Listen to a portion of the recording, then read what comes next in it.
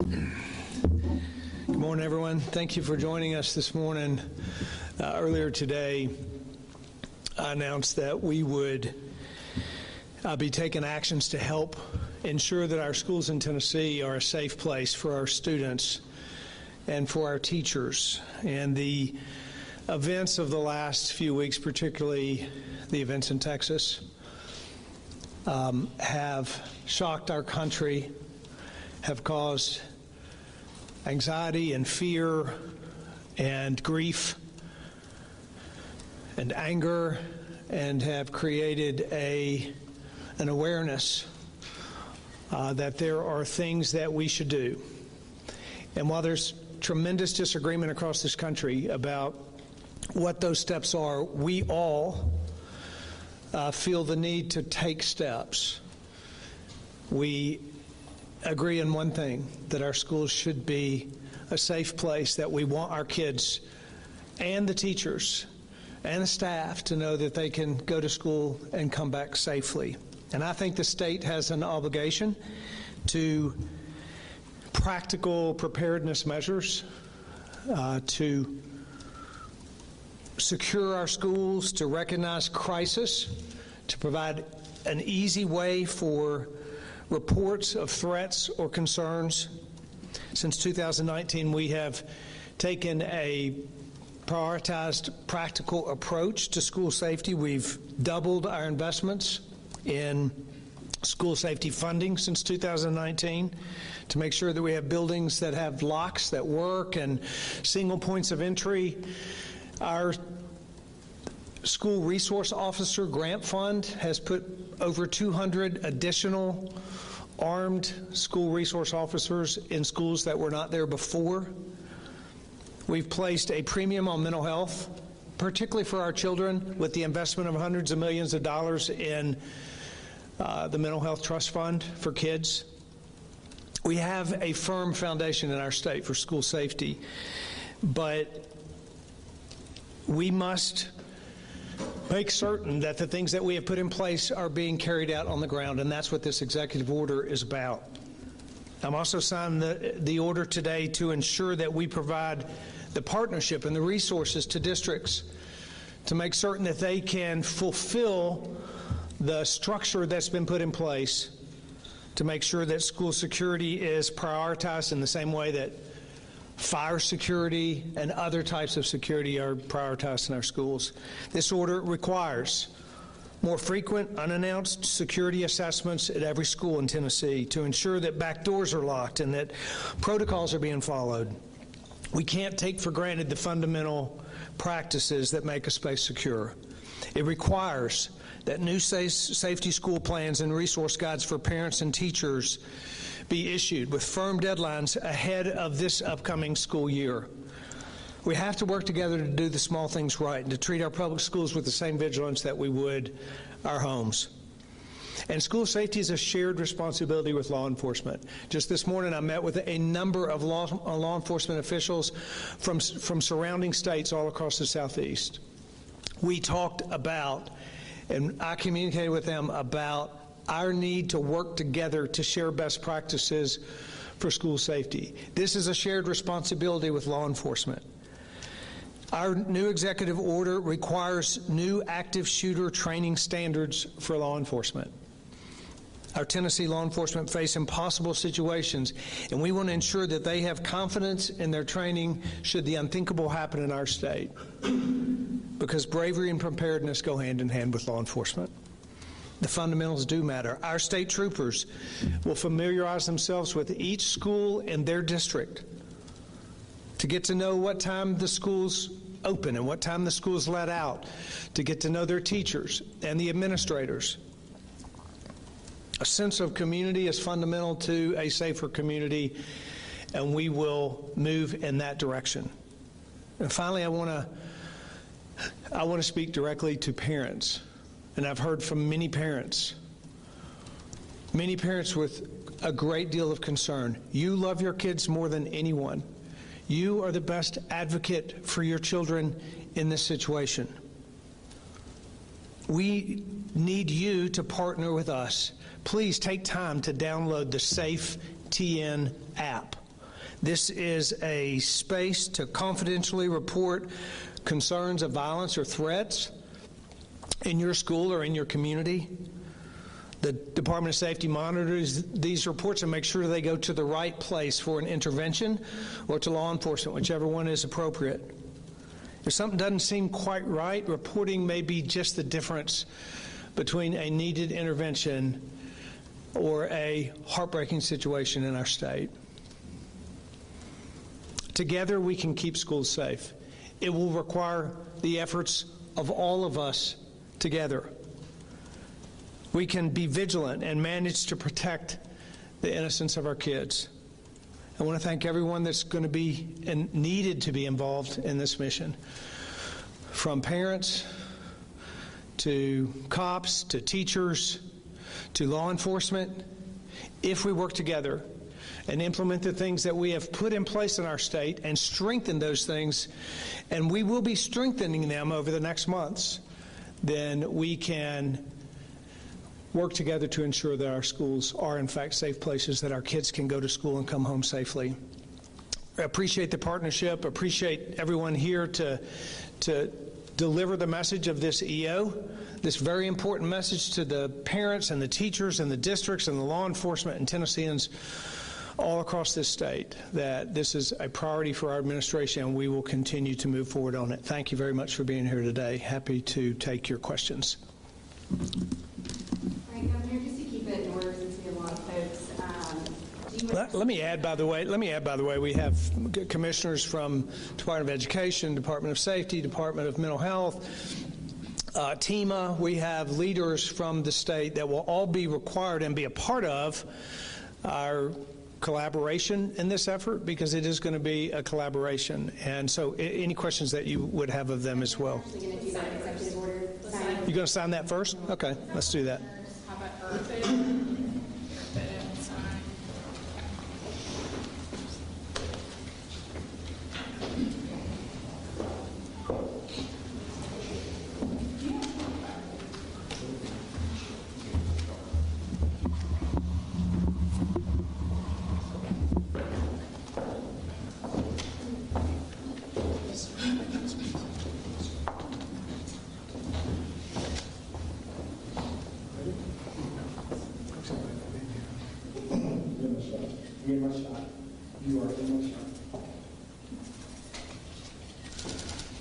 Does it mention guns at all, Governor?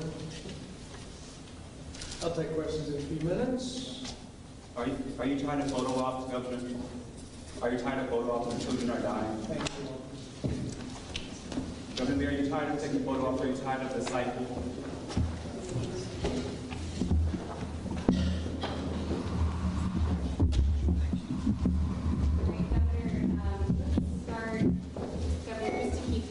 Great. In a line, we'll start with the students over here, and then we'll go to channel 4 next. So, right on the left, right here. You have a question? Don't have a question? No. Channel 4? Governor, a lot of talk about how this happens, why these kind of carelessness are happening. Anything you guys are talking about, in other words, root causes are thrown around sometimes. Do we know why this is happening with children, 18-year-olds, 19-year-olds, shooting up these schools? Yeah, I think that's certainly at the core of the distress for those who watch this unfold and who are grief-stricken and angry and frustrated is, why does this happen? And it's very complicated, as we all know, and there's no one single answer to this. I think we probably recognize that. Why an 18-year-old boy what is all behind that decision and that resolve to carry that out, no one can know. But what we believe is that we can't control what we can't control. There are things we can control and there are things we cannot. And one of the things that we can control, and that's what we're talking about today here, is how it is that we can improve the practical, pragmatic steps to making a school safer. We can control that. While there's a lot of a lack of understanding of what creates a scenario like this, and many of that's out of the control of those that are in the position that we're in, we do know we can control this, and that's why we're taking that step.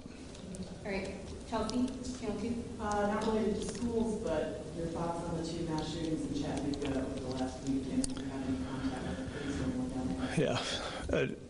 Anytime there's a loss of life like that, it's tragic. I actually spoke with the mayor of Chattanooga, and we talked about collaborative efforts working together. Again, I spoke with law enforcement officials this morning about how it is that we can understand and strengthen violent crime. It's one of the reasons we invested $100 million in a violent crime grant fund this year that would support Chattanooga Police Department and police departments all across the state.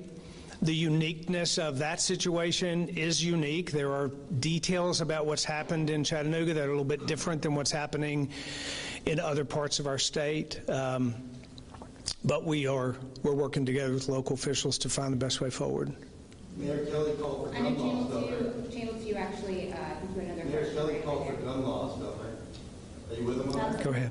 Hi, so I know that you mentioned the SRO program has been expanded. Would you be open to expanding that even more? There's some schools in Northeast Tennessee that have. Yeah, I think we've put about, I think, 213 new SRO officers in schools that didn't have them. I think one of the things you'll see, and by the way, what we've done today is really a first step. We understand that there should be an ongoing and nonstop effort to continue to find the gaps, to find the places where things are not being carried out the way they should be. As part of the strategy here is to find ways that we can get better. We don't know all of the things that should be improved, but one of them would be SROs in every school. I think you'll see a movement in that direction. Fox 17. I actually have an unrelated question about housing. So recently I did a story about how locals are being pushed out by out-of-town movers due to housing prices and rental costs. I've had at least 90 people come to me, all with similar issues after that story aired, that they no longer can afford to live here. Some are having to move out of state. So what will you be doing at all to help combat these issues for those struggling and help to keep locals here? So the Tennessee Housing Development Agency is a part of developing strategy for affordable housing for people actually all over the state, but in partnership with Metro, for example, here in this city. I've actually spoken with a major developer here to talk about how it is that we can increase the numbers of affordable housing units throughout the city. It's really a state and local partnership that will require those agencies working together, and we're bringing them together to do just that. What about those struggling short term now who need that help? Yeah, that's part of the question is how can we do that? And as we meet together, we say short-term and long-term strategies and work on both of them. Blaze, down there. Yeah, is there any thought of maybe raising the age limit for who can own semi-automatic rifles, and also, any waiting periods for persons? Yeah. I know with background check, you basically walk out same day with. Yeah. There, as you know, there are a lot of conversations that are happening all across the country about laws that affect gun ownership and red flag laws and waiting period laws, and there will be those conversations all across the country. We're not looking at gun restriction laws in my administration right now. There's one thing to remember: criminals don't follow laws. Criminals break laws, whether they are a gun law, a drug law. Criminals break laws. We need to make sure that we can take the steps that we control, and we can't control what they do, but we can control what we can control, and that's what we're working on today. And then one more, if you don't mind. These shootings obviously haven't just been happening in schools. Is there any thought of opening up some protections in hospitals, churches, things like that? Yeah, I think that our obligation, of course, is to the public facilities that house our children. Private facilities are grappling with their own security protocols and their strategies for them, but as a state, our obligation is to our public facilities, our public schools, and our children. Adam? I'm curious what you think are the root causes of this violence. I think people would say it was guns, but I don't think you seem to have that opinion. Could you say that louder, Adam? I'm curious what you think are the root causes of this violence. I think some people on the other side would say that it's guns, but I don't think you seem to have that opinion. Yeah. I think no one knows entirely what the root cause is of a young person that chooses to walk into a school and kill 19 children. I don't think there's a clear answer to that. Clearly, there are issues around mental health. Anyone who does that has a serious mental health issue. And again, it's why we invested significantly in the Mental Health Trust Fund to provide for, and in our new school funding formula that will provide for training, for counseling, for intervention for those who have a mental health issue. It's why this SafeTN app is important for parents to see activity online that might be troubling to them, that might cause an alarm. I certainly don't have the answer for a very complicated issue like a school shooting that just occurred in Texas as to the single root cause of that. But again, to the things that we know we can do, those are the steps that we're going to take. Kyle? So Representative Faison told me that he believes that there should be school resource officers in every school, and then was talking about TISA funding and trying to make that happen. But in that period, he was saying the state has a responsibility to make that happen. And he even suggested using rainy day funds just to fill a gap and make sure that there's a school resource officer in every school. Is that something you support? And maybe would rainy day funds be considered for that? Yeah. So I will say this, Kyle, that we issued this first executive order primarily to strengthen what it is that we're currently doing, the laws that are in place, making sure that we have a reporting that is current and frequent, that we have monitoring of the laws that we've already put in place for school safety. But we also agreed that over the next weeks and months, we would continue to develop ongoing strategies. And I think the SRO strategy, the additional 220 or so that we've put in place now are because we believe that they should be there. To the degree that we fill them up in a certain amount of time, I don't know what that would be, but I can tell you that we have a serious intent in all of the departments of state to collaborate together to say what is the next step in the next 2 weeks, what is the next step in the next 4 weeks, how is it that we carry this out and make our schools safer, and that will clearly be one of the things that we talk about. I have one more question. Yeah. Independent safety assessment that you're talking about in the Department of Education asking for state dollars, how much do you think that will cost? Yeah, I don't know. We probably haven't put a dollar amount to that. We just said it had to be done. There are some of these issues that we said they have to be done, and they have to be done now, and we will determine the details of the cost of them, but it would not impact the need for them to be done. Ken? I wonder, with everything that you announced today, will any of this encourage or open the possibility of arming teachers? Is that something that you are directing your state agencies to explore?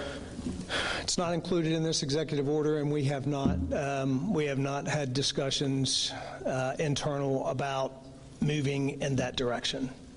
Separately, this executive order, I'm just reading from the press release, directs the Department of Commerce and Insurance to review the use of armed security guards in non-public schools. Can you explain a little bit? Are you wanting to put state school resource officers in private schools? No, actually, what that would do is where private schools have security guards, that those security guards would be required to have a certain level of training or a certain level of expertise to be a guard in that, and requiring them to make certain that their guards are appropriately guarding the kids in those public school and those private schools, but they're not state. They would not be state-funded guards. Right. Quick question and then a quick follow-up. We've had a rash of gun violence across the country this weekend. 8 states, 16 dead, including in Chattanooga, where a second straight weekend of gun violence. And we have 3 dead there. Is gun violence a public health crisis? Do you consider it a public health crisis at this point? Certainly, gun violence is a serious problem in our country, and it has been a rising problem in our country. Violent crimes of many types have been rising in our country. Actually, some violent crimes have fallen and some have risen. Crime is a problem. It's one of the reasons that we believe that we should be investing more heavily in resources to combat crime. Violent Crime Intervention Fund, additional troopers, additional training resources for all of our agencies. Yes, crime is a problem, and that's why we're investing in law enforcement. On the mental health trust fund that you just mentioned, this uses only interest income to invest in mental health needs. And right now, given the way investments are, is there any money being generated to actually do something this year? Yes, and we've also invested in the mental health safety net for children that is separate and apart from the mental health trust fund. I could let Commissioner Williams speak to the number of programs that we have invested in for youth, but including in our new school safety funding formula, our new schools funding formula, there are additional resources for intervention, we have mental health liaisons now, and if I'm not mistaken, every county in the state, and we did not just 2 years ago, specifically for schools, mental health liaisons for schools. So we have made a significant investment and will continue to do so going forward, including the Mental Health Trust Fund. Could Commissioner Williams speak to that? Yeah. Just exactly what is being done? Would you, you step up, yeah. Absolutely. A couple things that... yeah.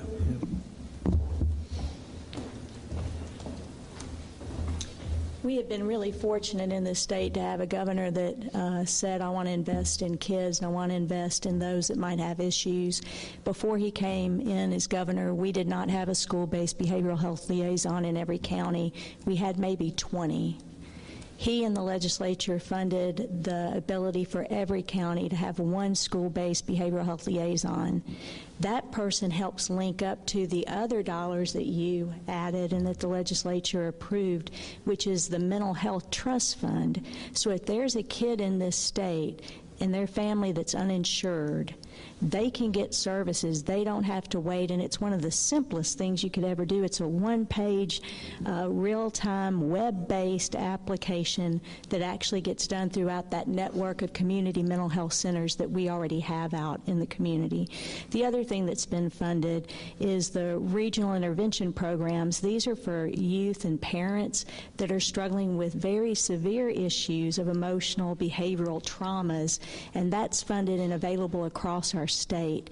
There are many, many other programs that I could speak to, but those are probably the most important and the biggest ones that we have going right now. Can you speak to how much money has been generated by that $250 million trust fund that is actually being used this year? Yes, if you look at how it was laid out, there's about $25 million that can be allocated after the trustees meet and decide what that interest is. So again, what the governor did and the legislature approved, they gave us $6 million in addition to that trust fund money that we've already allocated across the state to actually fund locally based interventions based on what the strengths are in that community and the weaknesses. So we've got programs that were funded and are actually happening right now where you have mental health resources where a kid can go in and see a counselor in their school in a room that's been equipped to do that. So we've got $6 million out there right now, but I cannot speak to what the interest is because we haven't met yet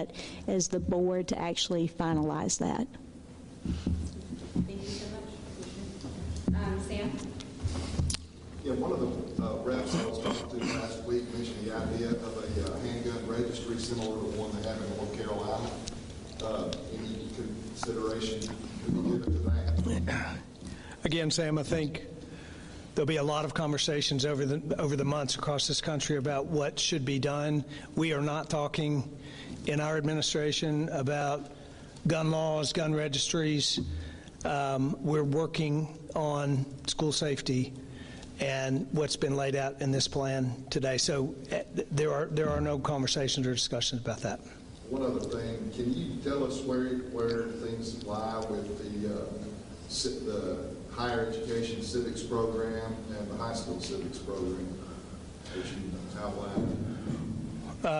What do you mean a little bit about where they lie? Where are they? What's going on with them? Penny, do you want to speak to that? Is she here? Yep. You mean what progress is being made in them? When are they going to start? Who's going to be in charge of them? So I can speak to the K-12 civics program. We continue to issue civics grants related to individual school and district-based programming. We've had incredible success with incorporating strong civics education across the state. Thousands of students are benefiting from that. I can't speak to, I think, what the second part is, which is the UT Center that was announced previously. But in terms of our K-12 programs, those will continue into the future and expand. Thank you so much. We're out of time. We're going to wrap up with Andy right over here. Hey, Governor. In terms of the incidents in Chattanooga, Mayor Kelly has called for mandatory background checks on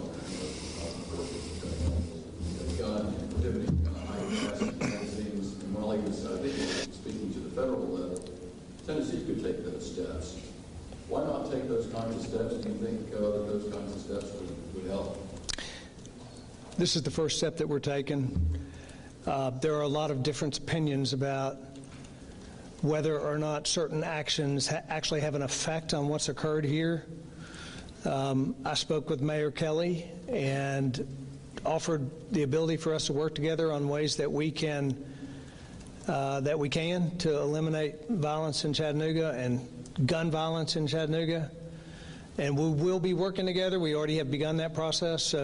But we are not, again, we're not looking at gun restrictions or gun laws as a part of this school safety plan going forward. Guns are what set this country apart, Governor. Why do you ignore all of the facts? Thank you. Thank you. Thank you all. What do you think sets us apart, Governor? Other countries have